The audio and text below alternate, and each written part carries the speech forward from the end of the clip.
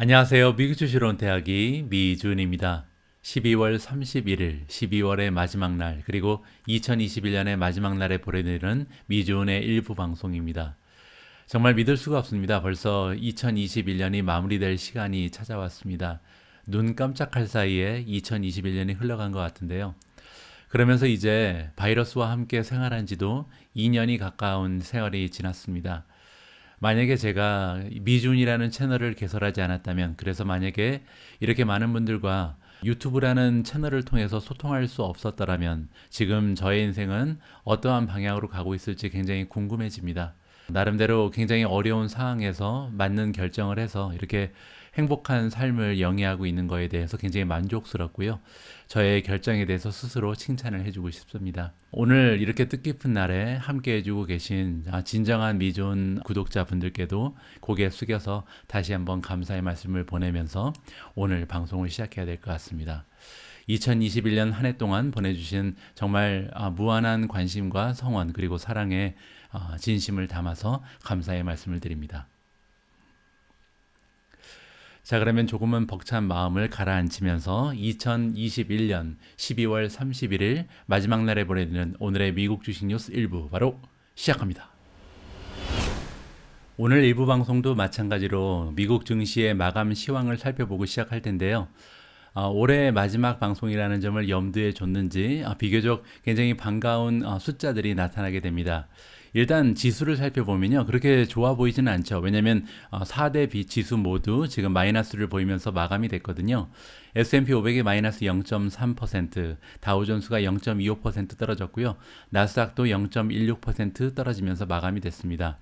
러셀 2000만 마지막까지 플러스를 보이다가 결국은 굉장히 좀 큰 폭으로 마지막에 떨어지면서 마이너스 0.02%를 보였습니다. 자, 그런데요, 미주은의 4차 산업혁명 포트폴리오를 하나씩 살펴보면 사실 개별 종목의 성적표는요, 나쁘지가 않았죠. 굉장히 많은 폭으로 올라간 종목이 많이 보입니다.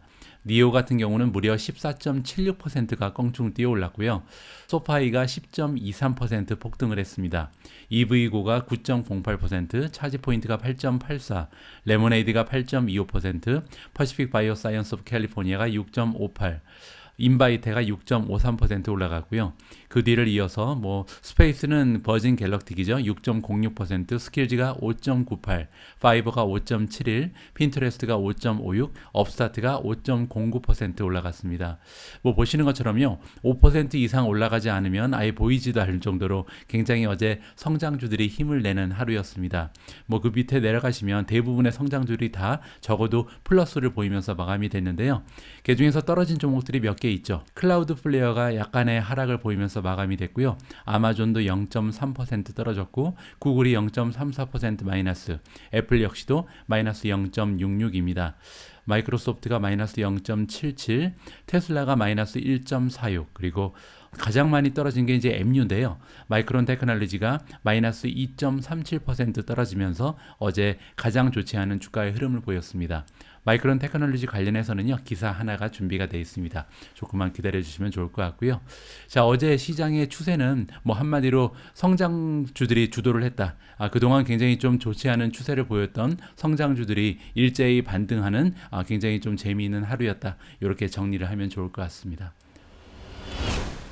본격적으로 주식에 관련된 기사를 읽어보기 전에요, 어제는 목요일이었죠. 여러분들 잘 알고 계신 것처럼 매주 목요일에는 신규 실업수당을 신청한 사람들의 숫자가 발표가 됩니다.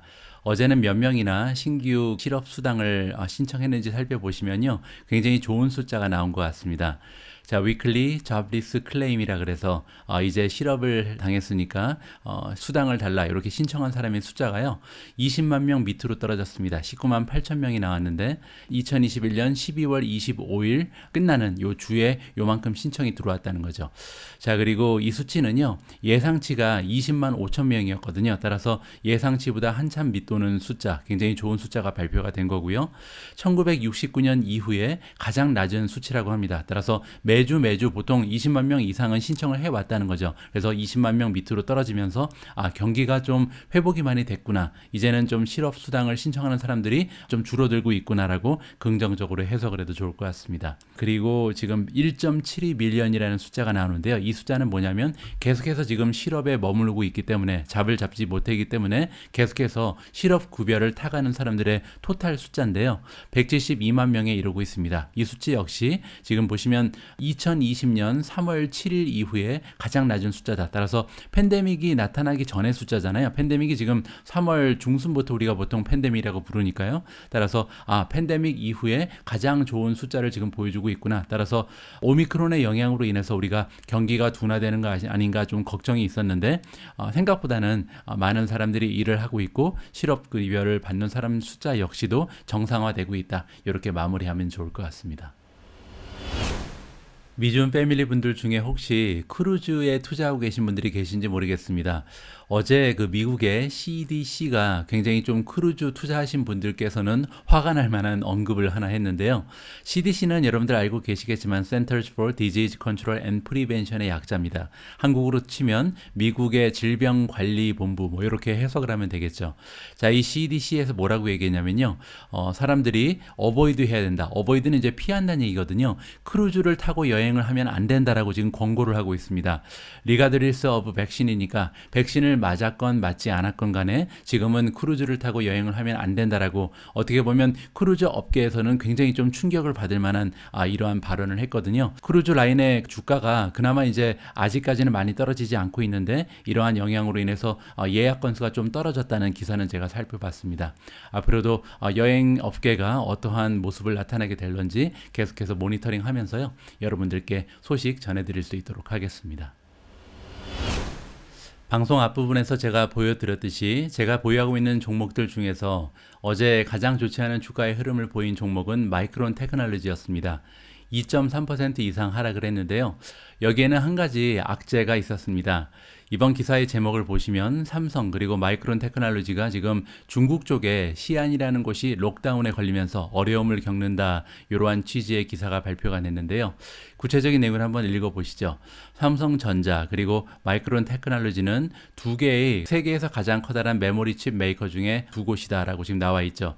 메모리 칩이라는 것은 이제 그 메모리 반도체라고 우리가 부르는 거죠. 비메모리 그리고 메모리 반도체가 있는데 여러분들 잘 알고 계신 것처럼 우리나라를 대표하는 삼성이라든지 SK 하이닉스 그리고 미국의 마이크론 테크놀로지가 대표적인 메모리 반도체를 만드는 그런 칩 메이커입니다. 자, 그런데 이들 기업이 경고를 했다라고 나와 있죠. 어떠한 경고를 했냐면요. 이번에 중국의 도시 한 곳인 시안이라는 곳이 있는데 여기에 록다운이 걸렸다고 합니다. 그리고 이러한 록다운 때문에 이들이 가지고 있는 반도체 공장이 지금 타격을 입고 있다. 이렇게 지금 소식이 전해지고 있는데요. 일단 마이크론의 얘기를 따르면 록다운이 지금 딜레이를 만들어낼 것이다. 연기를 시킨다는 거죠. 그래서 그들이 만들고 있는 공장에서 D램 메모리 칩이 만들어지고 있는데 여기에 서플라이가 아무래도 지연이 될 것이다 라고 얘기를 합니다. D램 메모리 칩은 보통 데이터 센터에서 많이 사용이 된다라고 지금 얘기를 해주고 있고요. 그 밑에 나와 있는 삼성전자 역시도 지금 공식적으로 발표를 했는데 일단 단기적으로 그들의 그 영업을 조절을 했다라고 나와 있습니다. 풀로 이제 가동을 할 수 없는 그런 상황이라고 지금 얘기를 하는 거죠. 삼성 같은 경우는 시안 쪽에 낸드 플래시 메모리 칩을 만드는 공장이 있는 것 같습니다. 이 낸드 플래시 메모리 칩 같은 경우는 데이터 센터라든지 스마트폰 그리고 테크놀로지 가젯이 있잖아요. 이러한 가젯에 들어가는 데이터 스토리지에 이용되는 이러한 메모리 반도체다. 이렇게 이해하시면 될 것 같습니다. 따라서 최근 들어서 이제 반도체 부족 현상이 조금씩 완화가 되겠다라고 기대를 하고 있었는데 이렇게 좀 시안 쪽에서 갑자기 공장이 타격을 받으면서 좀 어려워질 가능성이 있잖아요. 자, 그런데 뭐 일부에서는 이렇게 공급이 원활화되지 못하면 오히려 가격이 상승될 수도 있기 때문에 엄청나게 큰 악재는 아니다라고 평가하는 사람도 있는 반면 지금 그 주식시장의 반응을 보면 오히려 마이크론 테크놀로지는 떨어졌기 때문에 뭐 그렇게 좋은 뉴스는 아니라고 보는 것이 맞다고 생각을 합니다. 왜냐면요, 최근에 굉장히 오랫동안 반도체 공급이 끊겼기 때문에 어려움을 겪었잖아요. 이제는 공급이 좀 풀리면서 수요가 높은 이러한 그 시기에 공급이 올라가면서 좀 매출이 올라가야 기본적으로 좋은 어닝을 발표할 수가 있는데 어닝의 숫자가 좋게 나오지 않을 가능성이 깊어지게 되는 거죠. 이런 식으로 계속해서 생산에 차질이 생긴다면요. 따라서 이번 기사를 통해서 바이러스의 영향으로 좀 반도체가 타격을 받을 수 있겠구나. 장기적으로 이렇게 끌려다니면 안 될 텐데 조금은 걱정스러운 그런 마음으로 이번 기사를 읽어봤습니다. 어제 대부분의 성장주들이 아주 긍정적인 주가의 흐름을 보였음에도 불구하고 그 대장주격인 테슬라는요, 주가가 빠졌습니다.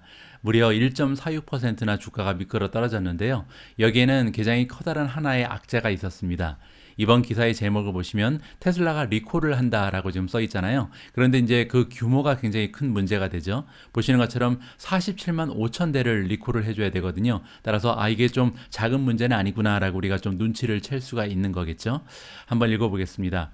테슬라가 리콜을 하는데 무려 47만 5천 대 두 가지의 모델에 걸쳐서 이번에 리콜을 하게 됩니다. 하나는 모델 3고요. 또 하나는 모델 S. 이렇게 두 가지에 적용이 되는데 두 가지가 같은 이슈는 아니고요. 지금 세퍼레이트 이슈니까 각각 모델에 대해서 다른 문제점이 발견이 됐다라고 보시면 될 것 같습니다. 그런데 결국 잠재적으로 두 가지 이슈 모두 크래시, 차량의 충돌의 위험성이 있는 안전 문제가 이번에 발견이 됐다. 이렇게 이해하시면 될 것 같고요. 자, 일단 첫 번째 이슈부터 보시죠. 모델 3에 관련된 이슈인데 지금 리콜의 규모가요 35만 6천 대가 걸려있기 때문에 굉장히 커다란 이슈다라고 보시면 될 것 같습니다. 자, 이번 이슈를 결정한 그 기관의 이름이 나오는데 National Highway Traffic Safety Administration, 뭐 한국어로 치면 국가교통관리국이죠. 그런데 이제 하이웨이가 나오니까 고속도로 교통관리국이라고 보시면 될 것 같습니다. 영어로 줄여서 NHTSA라고 부르는데요. 이 기관에서 뭐라고 얘기해주고 있냐면 Rear View 카메라, 우리가 후진을 들 때 뒤에 어떤 상황이 있는지 카메라를 통해서 볼 수가 있잖아요. 이 기능이 장착이 되어 있는데 여기에 케이블을 단단하게 메꿔주고 있는 이 부분이 데미지를 받을 수 있다, 훼손될 수 있다는 거죠. 언제 그럴 수 있냐면 뒷부분에 이제 트렁크를 열고 닫을 때 여기에서 충격을 받으면서 이 케이블이 훼손을 당해서 결국 그 카메라가 제대로 작동되지 않을 가능성이 있다는 거죠. 자, 그렇게 되면 아까 말씀드린 것처럼 뒤에 어떤 모습이 있는지 알 수 없으면 뭐 예를 들어서 작은 아이들이 놀 수도 있는 거잖아요. 그래서 안전 문제가 좀 심각하게 대두되기 때문에 이렇게 무려 35만 6천 대나 되는 테슬라 자동차를 리콜해라, 이렇게 명령을 받은 것 같습니다. 자, 두 번째 이슈를 살펴보죠. 이번에는 모델 S인데요. 모델 S에 무려 11만 9천 대의 리콜을 명령을 했습니다. 자, 같은 기관이죠. NHTSA가 이번에 요구를 하기를, 자, 프런트 트렁크, 그러니까 테슬라 같은 경우는 전기차이기 때문에 앞에 엔진이 없잖아요. 엔진이 없기 때문에 앞쪽에도 이렇게 문을 열면 트렁크가 있습니다. 이 트렁크의 그 레치 부분, 레치라는 것은 이제 이렇게 딱 맞아 떨어져서 거는 부분을 얘기합니다. 걸쇠라 그러죠. 이 걸쇠가 잘 제대로 조립이 되지 않았다. 걸쇠가 지금 두 개 있는 것 같은데요. 그래서 두 번째 걸쇠가 잘 이렇게 완전하게 딱 맞아떨어지지 않게끔 조립이 되지 않았다. 이렇게 지금 얘기를 해주고 있습니다. 그 의미는요, 좀 차량이 좀 과속을 한다거나 좀 지나치게 흔들릴 때 앞에 후드가 갑자기 열릴 수가 있는 거예요. 그렇게 되면 굉장히 좀 위험한 상황이 연출이 되겠죠. 그렇기 때문에 이 부분을 리콜을 통해서 수리를 해라라고 지금 나와 있는 것 같습니다. 물론 이제 테슬라는 발표를 했죠. 두 가지 이슈 모두 무상으로 수리를 해주겠다. 테슬라를 보유하고 계신 분들께서는 테슬라 전문 숍에 가서 이거를 수리를 받으시면 될 것 같습니다. 자, 이번 그 리콜 건은요, 두 가지 정도로 해석을 하면 될 것 같습니다. 일단 규모가 47만 5천 대잖아요.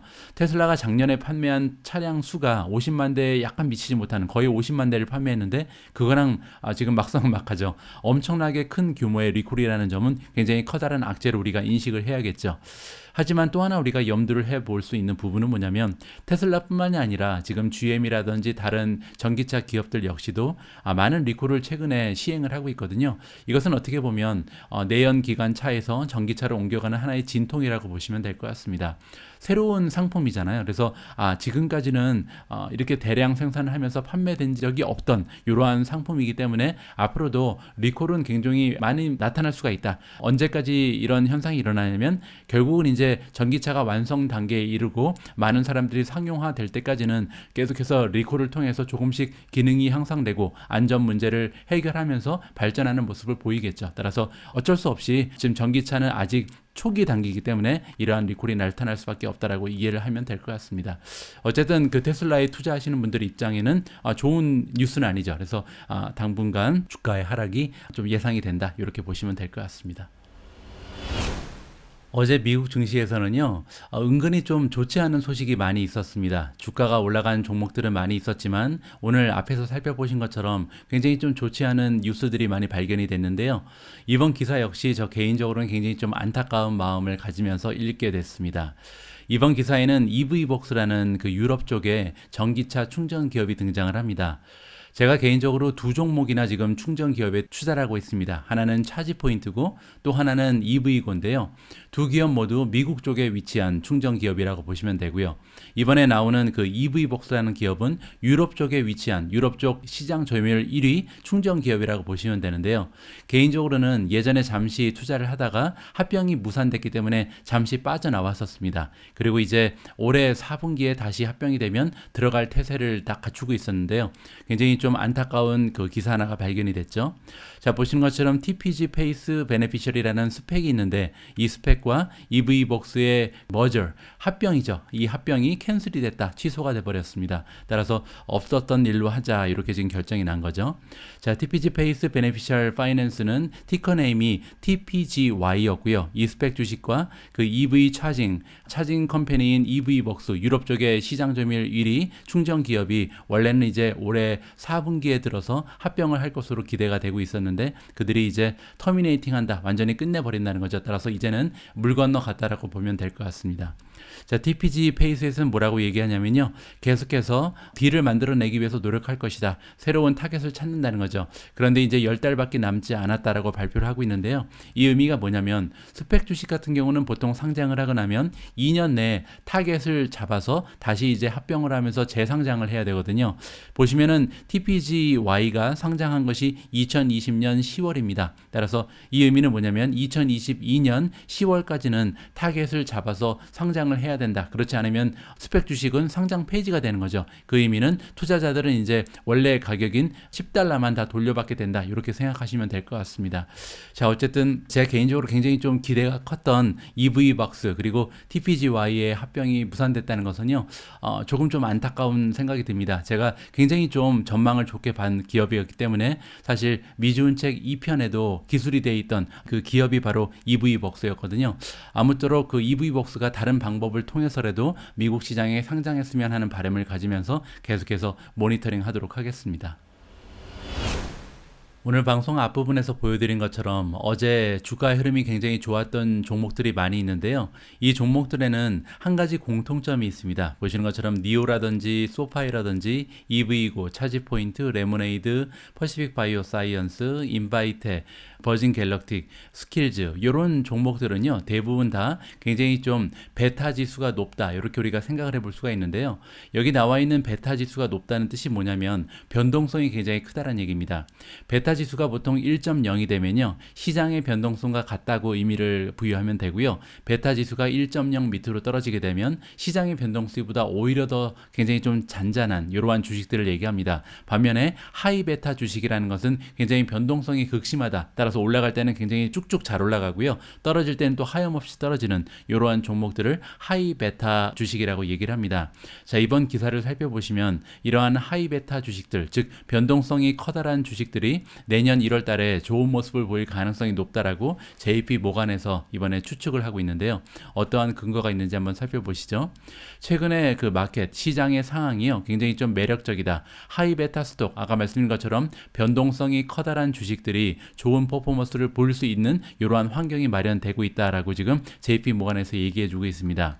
자, 그 근거가 여기 나와 있는데요. 지난 30년 동안 그 역사적인 그 주식시장의 모습을 분석을 해봤더니 어떠한 얘기가 나오냐면 가장 강력한 그 하이 베타 스톡이 좋은 주가의 흐름을 보였던 시기가 언제냐면 보통 1월 달이라 그럽니다. 그 이유가 뭐냐면요. 뭐 텍스 문제도 달려 있고 그 외에 저가 매수하는 그런 물량이 많이 몰리는 게 보통 1월 달이다. 따라서 이렇게 하이 베타 주식들이 많이 떨어졌을 때 1월 달에 줍줍하는 사람들이 많이 있다는 거죠. 그렇기 때문에 올해 역시도 제뉴어리 에펙트 1월 달에 상당히 좋은 주가의 흐름을 보일 가능성이 높다라고 추측을 하고 있는데 특히 이번 2022년 1월 달은 이러한 모습이 굉장히 명백하게 나타날 가능성이 높다는 거죠. 그만큼 이제 많이 떨어져 있는 성장주들이 많이 발견이 된다. 굉장히 좀 극심하게 떨어진 주식들이 많이 있기 때문에 이번 2022년 1월 달에 우리가 좀 기대를 해봐도 좋은다라고 지금 나와 있습니다. 심지어는 뭐라고 얘기하냐면요. 하이베타 주식들을 중심으로 해서 스퀴즈가 나올 그 잠재력도 있다. 스퀴즈는 뭐냐면 이제 숏 스퀴즈를 얘기합니다. 이렇게 변동성이 커다란 주식들은 보통 그 반대 투자를 하는 사람들이 많거든요. 보통 이제 공매도라고 부르는 건데 이 공매도꾼들이 많이 들어가 있을 가능성이 높은데 만약에 갑자기 주식이 이렇게 슈팅을 하게 되면 급격하게 올라가는 모습을 보이게 되면 이 공매도에 그 주식이 들어가 있는 사람들이 주식을 사서 빠져나와야 되기 때문에 갑자기 주가가 폭등할 가능성까지도 우리가 염두를 해볼 수가 있다라고 지금 얘기를 하고 있는 겁니다. 자, JP 모간에서 이번에 주식을 선정했는데요.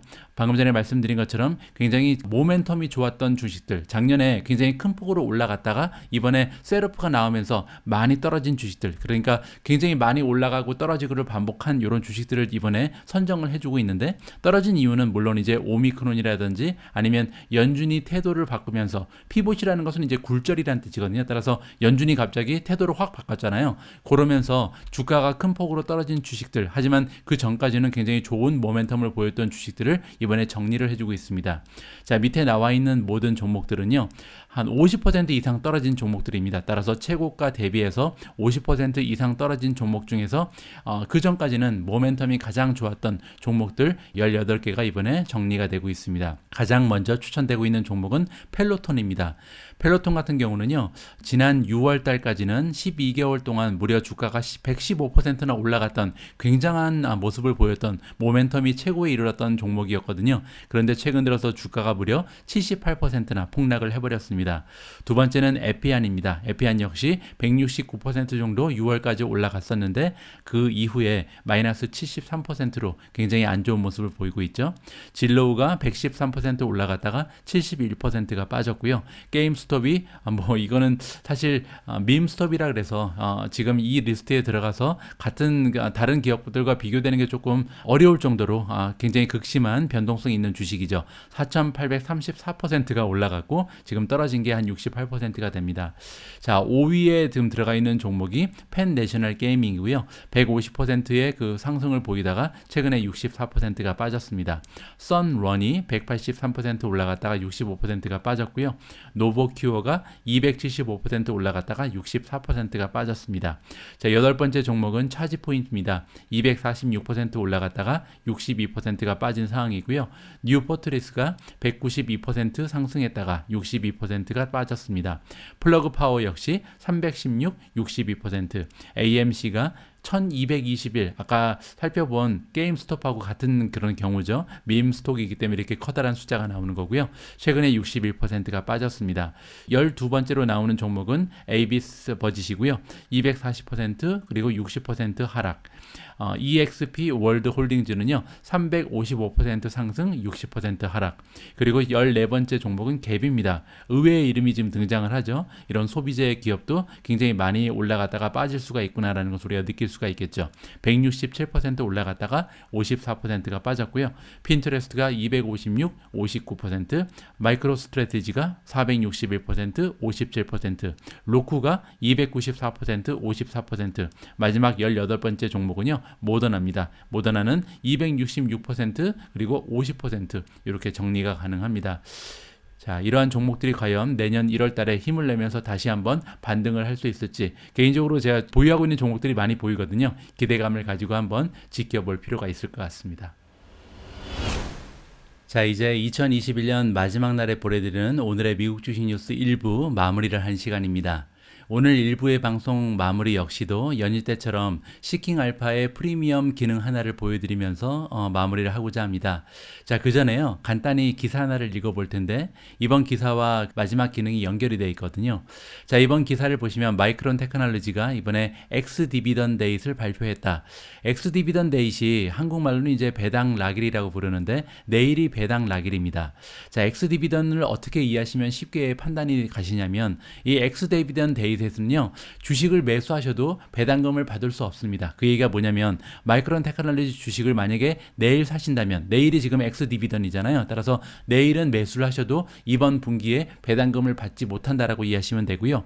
반대로 이미 주주이신 분들은 내일 만약에 마이크론 테크놀로지를 정리하셔도 매도를 하셔도 배당금은 받으실 수가 있다. 이렇게 이해하시면 됩니다. 따라서 만약에 이번 분기에 마이크론 테크놀로지의 주식에 대한 배당금을 받고 싶으신 분은 오늘까지 매수를 하셔야죠. 오늘이라는 것은 12월 30일을 얘기하고 있습니다. 자, 조금만 더 읽어보면요. 마이크론 테크놀로지가 이번에 0.1이니까 10센트를 발표를 한 거죠. 자, 한 주당 10센트를 준다는 거거든요. 근데 여기서 이제 이 배당금은 3개월에 한 번씩 주기 때문에 사실 1년에 주는 그 배당금은 0.4, 즉 40센트라고 보는 게 맞다. 이렇게 이해를 하시면 되고요.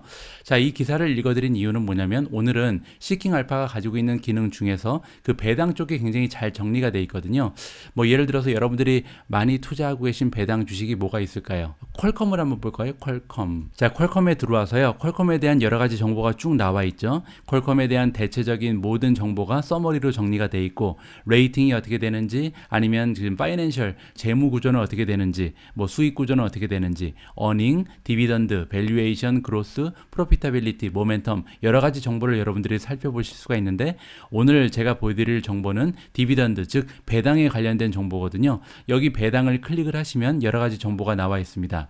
가장 첫 번째로 디비던드 그레이드가 나와 있잖아요. 이 의미는 뭐냐면 다른 그 종목들에 비해서 과연 이 퀄컴의 배당은 어떠한 모습인가 그 점수를 받는 거죠. 자, 디비던드 세이프티는 얼마나 배당이 안전한가 A-가 굉장히 안전하다고 보면 되고요. 디비던드 그로스는 배당의 성장률이죠. 성장률이 굉장히 좋은 주식이죠. A+. 디비던드 일드 그러니까 과연 배당률이 어느 정도 되는가 B를 받고 있기 때문에 나쁘지 않다라고 보시면 될 것 같고 디비던드의 컨시스턴스는 뭐냐면요. 얼마나 이렇게 지속적으로 배당을 주고 있는가 B+니까 역시 나쁘지가 않습니다. 자, 그런데 정말 중요한 정보는요. 요 밑에 나와 있거든요. 밑으로 살펴 내려오시면 자, 두 가지 표가 나와 있는데 첫 번째 디비던드 서머리 굉장히 중요합니다. 첫 번째는요. 디비던드 일드가 나와 있는데 디비던드 일드가 바로 배당률이죠. 1.46%가 나오고 있습니다. 그 의미가 뭐냐면 지금 현재 퀄컴은요. 퀄컴의 주가에 비해서 배당금이 1.46%라고 이해하시면 됩니다. 물론 이제 1.46%는 1년에 받는 배당금을 기준으로 하고요. 자, 1년에 받는 배당금이 2.72달러가 나온다. 이렇게 이해하시면 됩니다. 요거를 이제 4로 나눠서 그 분기별로 받게 되는 게 배당이고요. 자, 여기 보시면 페이아웃 레이시오가 나오는데 이 수치 역시도 굉장히 중요합니다. 페이아웃 레이시오는 뭐냐면 퀄컴이라는 기업이 만들어내는 순이익 중에서 배당이 차지하는 비율입니다. 따라서 25.63%는 굉장히 낮은 비율이죠. 왜냐하면 전체 순이익에서 25%만 가지고 배당을 주고 있죠. 그 의미는 나중에 퀄컴은 계속해서 배당을 향상시킬 가능성이 많이 열려 있다. 이렇게 이해하시면 되고요. 자, 5-year growth rate이 나옵니다. 지난 5년 동안 퀄컴의 배당률이 배당금이 어느 정도 계속해서 성장했는가를 나타내는 건데 5.6%라는 건강한 성장을 지금 이루어내고 있고요. 마지막에 나와 있는 것도 굉장히 중요한 정보죠. 과연 몇 해 동안 지속적으로 나타나고 있는가? 퀄컴 같은 경우는요. 지난 11년 동안 단 한 해도 빼지 않고 배당금을 계속 올려줬구나라고 우리가 이해를 할 수가 있습니다. 자, 그리고 그 밑으로 내려가시면 다양한 정보가 또 나와 있는데요. 이 정보에서 나타내고 있는 것은 뭐냐면 가장 최근에 지급했던 배당금이나 다음 분기에 지급할 배당에 대한 정보가 써 있습니다.